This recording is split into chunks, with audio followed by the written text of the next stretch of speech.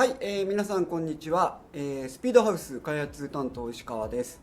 今日はですね、前回一度紹介したんですけども、こちらの、スピードハウスマルチセルチャージャーですね、発売からですね非常にたくさんユーザー相談室にもお問い合わせをいただいております。ただちょっと取説がですね、簡単すぎて説明が足りないというのもたくさんいただいてまして、機能がですね、たくさんあって調整設定も変更がたくさんできるんですけども、ちょっと間違って設定するとですね、ちょっと危険なので、すみません、取説にはですね、そのインフォメーション的な形になってしまっています。今日はですね、機能の一つ一つご紹介したいと思います。はい、じゃあちょっとですね近くに来てみてください。まずですねこちらのマルチセルチャージャー、基本的な作業としてはこれ取っていただくと単3のですね電池も入りますよっていう、多分この辺は分かってるかなと皆さん思うんですけども、はい、で自動でスタートをして充電が始まると。で本当に何も分からないという方はもうこの状態で充電使っていただけたらと思います。そうしないと設定変えるとですね電池の寿命も短くなりますし、液漏れとかですね、破裂の可能性があります。これからいろいろちょっとご説明しますけども、ちゃんとね理解ができたよと、そして、自己責任で、使えるよという方はですねぜひ設定を変えてみていただけたらと思います。はい、これ単3いきました。それからちょっとここに18650っていうのがあるんですけども、これリポバッテリーですね。長い差が、650なんで650ミリで、太さが、18ミリというバッテリーです。これはちょっとハンダ付けしちゃってます、テスト用にしちゃってますけども、プラスですね。ここ入れていただくと、こういうふうにですね、大きなサイズの18650のリポ電池も充電することができます。はい、ただリポ電池充電されるときはですね、本当に設定は変えないでこのまま使っていただいて、リポはですね発火する可能性がありますので、必ずですね目の届くところで充電してください。このようにですねいろいろなタイプのリフェもできますし、いろんな電池に対応しているという形です。この部分ですね。はい、それではですね、皆様が一番気になるところ、この単4のニッケル水素用のアダプターをセットします。今ここ何も真ん中表示ないですけども、こちらをですねガチャッと挿していただくと、AAA×4 ということで、AAA というのが単4型サイズの4本用のアダプターが装着されましたよという表示です。でこの時はこの狭小のですね、私が、開発したスペシャルモードが、機能しているというふうになっております。そしてまず設定ですけども、その上にこのですね 12.3V ってありますけども、ここですね、これはこの AC アダプターからですね入力した電圧が出てますね。はい、12V ぐらいの電圧になっているのが正しい状態です。そして、ここの今度ボタン真ん中を長押しすると設定に入ります。はい、この中でですね、使う機能というのがありますが、例えば、これは工場出荷に戻すということですね。例えば日本語ということで日本語状態で出荷されてますけども、ここを押していただくとこういうイングリッシュにすることもできます。はい、皆さん日本語で使われるかもしれません。でここは音量ということで、このビープの音ですね、クリックした時の音の、音の大きさを変えられます。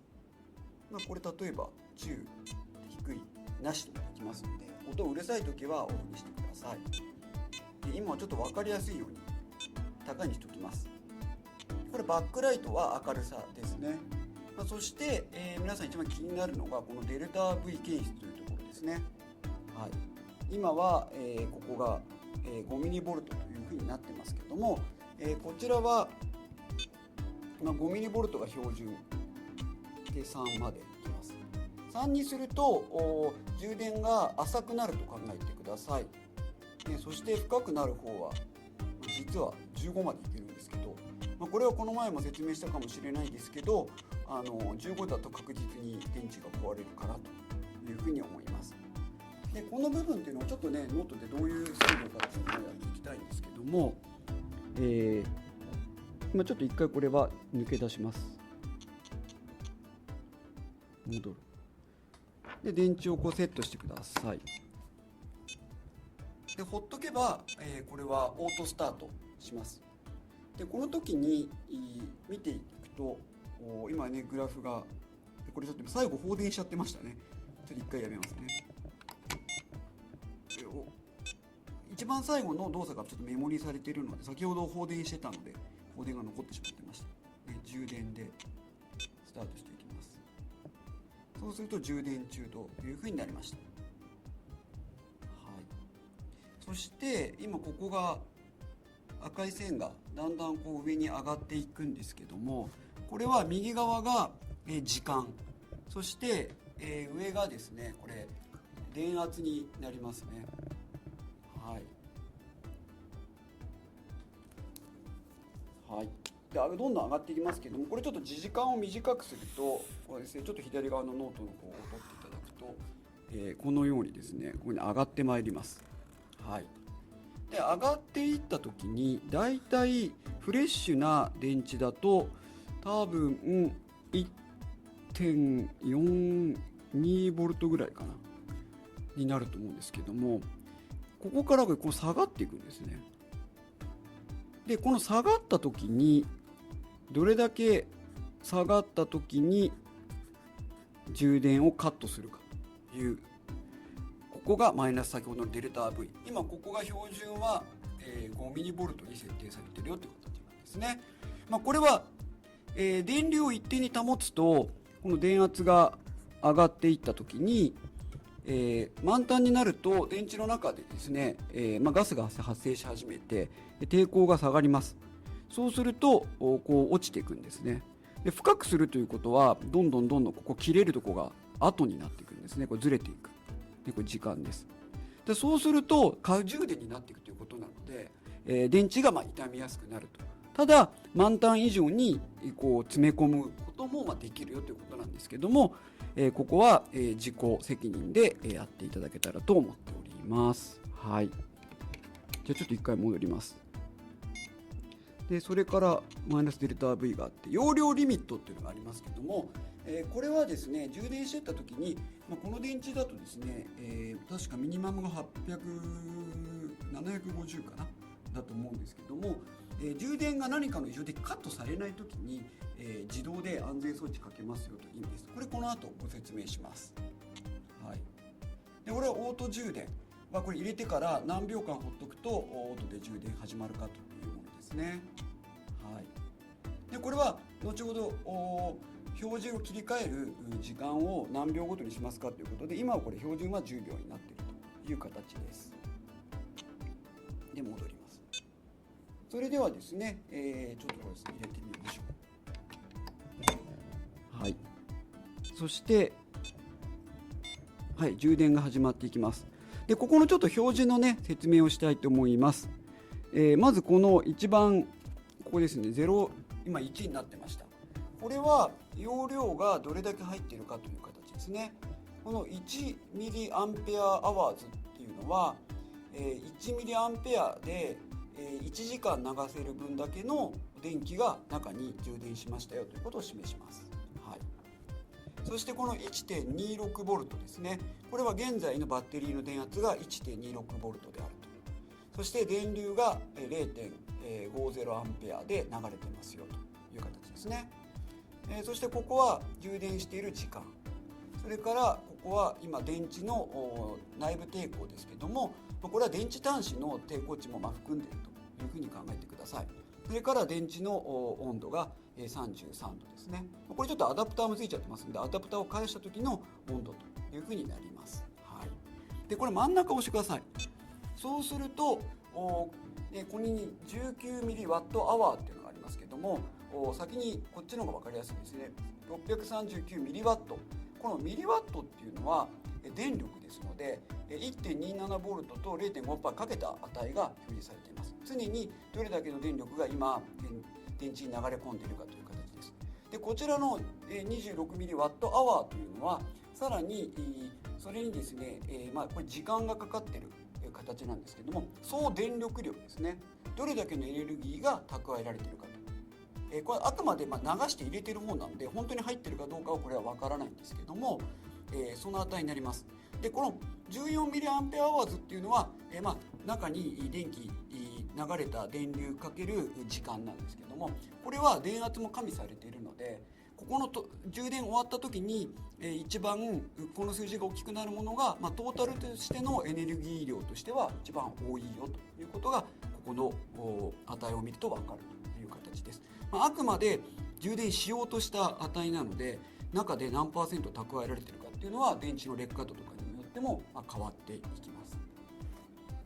そして、この 1.50V ですね、ここっていうのが、これは、先ほどあったこっちが先にこっちがいいかな、 1500mAh っていうのが先ほどあった容量リミットというところですね。これは、1.5A ですね。これ 1500mAh よりそれでも充電終わらないときは自動でカットされますよと。でこちらもそうですね、電圧が 1.5V よりも高くなってしまうと危ないので自動でカットしますよという形になります。でこっちの値はですね、この2つは変えれはしないんですね。で容量リミットはオフにできますけども、電圧は今のところ変えられないという仕様になってます。なぜかというと、ここの値がですね、あんまり高くなりすぎる電池というのは、劣化がちょっと激しいんですね。なので、これがあんまり上がりすぎると電池というのは、ちょっと危険があるので、今は 1.5V でカットしているという形ですね。ですので、ここがなるべく上がらない電池の方が新しい電池ですので、そういったものも電池の劣化というのを判別できることになるかなと思いますので、ここの、電圧リミットもしくは容量リミットに引っかかる電池というのはちょっとあまりお勧めできないかなというふうに思います。はい、これを押すと、グラフに戻ります。ちなみにもう1本入れていくと、は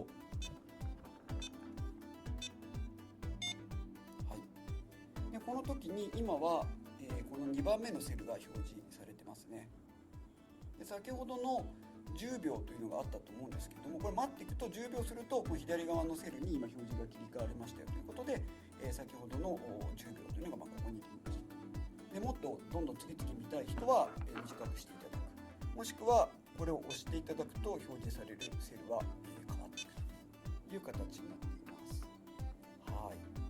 そしたらこれちょっと一回取ります。はい、します。そうすると終わります。で今度はちょっと放電の画面を説明したいと思うので、充電から、放電を選びます。はい、でこれは必ず、これ、例えば 1A とかにしてみましょう。ちょっと面白いから 1.5A にしてみたいと思うんですけど、スタートを押さないとこの状態は、メモリーされないので、これスタートを押せば、次からこの隣のセルもセットしたら、同じ状態からオートスタートするという形になりますね。はい、こちら戻ってきます。そうすると今度は、上の方からですね、高い電圧から徐々に電圧が下がっていくわけですね。でこの時に一番上の値ですね、このマイナス今 6mAh、 これは本当に電池から取り出せた容量が表示されます。そしてここが 1.26V、今の電池の電圧、そこから実際に放電している電流が今 1.02A なんですけども、先ほど 1.5A に設定したんですが、このですね中の抵抗値が 1W の抵抗なので、これ残念ながらちょっと電圧が 1.5V ある時しか 1.5A は流れないんですね。ですので、こう電圧が下がってくるとどうしても放電できる電流がちょっと減っていってしまうという形です。そして、今時間が今1分経過したよと。それから、電池の抵抗が 87mΩ ですと。それから同じように、電池の電圧が表示されているという形ですね。でさらにこのボタンを押すと、こちらはですね、今度電力が放電した時の総電力量ですね。先ほどのミリワットアワーで表示しております。ここが多い電池ほど中に取り込んだ電池の容量が多いということで、容量もありますし、こっちの電力量というのは電圧も加味して、より同じ容量があれば、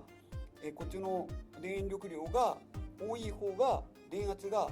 高い状態でたくさん放電できたということを示しています。そしてこれが実際に今放電している電力ですね。 1.18×0.99 が表示されます。はい、それから、次です。この 0.90V は何かというと、放電が終わる電圧なんですね。ずっと下がっていきますけども、これが意味するところは 0.90V になったら放電を終了しますよと。これが低くなりすぎると電池が放電しすぎて壊れてしまうので、これは 0.90V。 そしてその時の今 1.19V っていうのが平均の電圧なんですね。電圧が下がっていきますけども、下がっていく平均電圧が高い電池の方が放電力がありますと。でしかも、これ早めに例えばカットしてしまって、ここからスタートしたのにすぐカットしてしまったら平均が高くなるわけなんで、そうではなくて、これは 0.90V でカットするまでの放電電圧を、最後までいけば記録するよということを意味しています。この 0.90V はこれ変更できません。そこまで放電した時の平均電圧を比較していただくと、どの電池が、瞬発力があるかというのが分かっていただけるというふうになっております。はい。じゃあこれ一回ちょっと取りましょう。はい。でそれから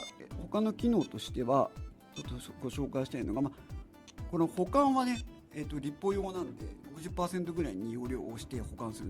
るという機能なので、ニッケル水素ではちょっと使わないというので押せないです。それからサイクルのディスチャージチャージっていうのはどんな感じかと言いますと、ディスチャージっていうのは放電なんで、放電してからチャージしますよというのを繰り返すモードですという形ですね。